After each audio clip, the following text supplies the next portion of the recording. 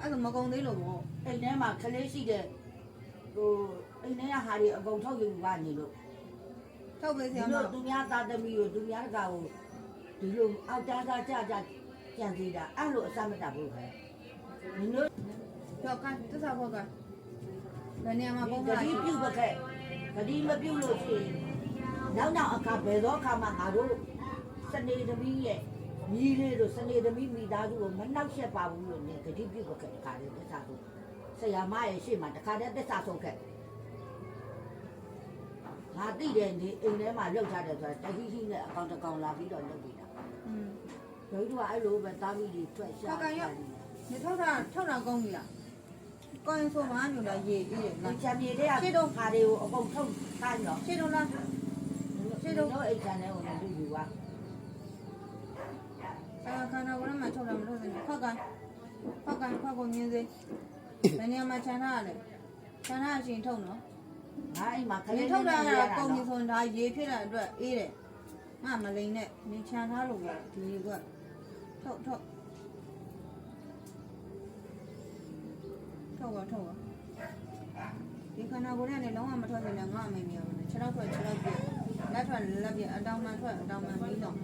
သိတာလားကုန် ခလေးဒီဘက်မလာသေးတဲ့တမီးကိုပဲဝါ ကန်နော်အေးတယ်ကန်တစ္ဆာဆိုရမလားရှင်းတော့လား တစ္ဆာဆုံးငါသမီးနဲ့ငါကြီးတွေငါသားသမီးတွေကိုဘယ်တော့မှနှောက်ရှက်မပေးနဲ့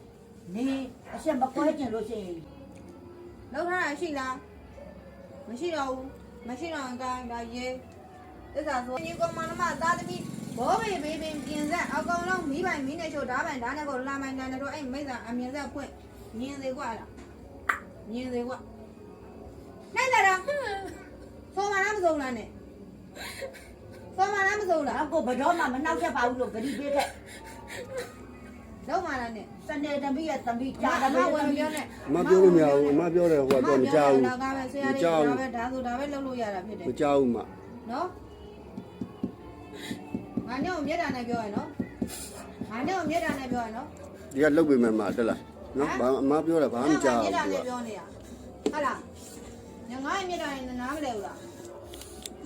နားမလဲဘူးနားမလဲငါနှိမ့်ဆက်မှာပေါ့နော်ဖက်ကန်ဖောက်ကိုဆိုင်ရမှာလက်နှစ်ဖက်ပေါ်မှာဒီခွက်ကိုကန်အောင်လုပ်ပေးဆိုင်ရဒီခွက်ကိုကန်အောင်လုပ်ပေးနော်နေပညာတော့ကတော့ငါတနာလေနော်ဆိုင်ရကဒီခွက်ကိုကန်အောင်လုပ်ပေးအခုချက်ချင်းခွက်နဲ့လက်နဲ့ထိတာလိုချင်တယ်လုပ်ပေးခွက်နဲ့လက်နဲ့ကိုထိတာလိုချင်တယ်လုပ်ပေးအောက်မှာခဏထမ်းဆောင်ပေးလုပ်ပေး